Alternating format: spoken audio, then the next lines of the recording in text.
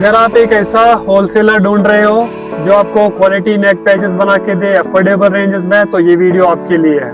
मैं हूँ Danish Rashid from Kashmir embroidery and lace up. यहाँ पे हम क्वालिटी नेक पैचेस बनाते हैं अनबीटेबल प्राइसेस में। चाहे आपको ऑर्डर छोटा हो या बड़ा, सब मिलेगा।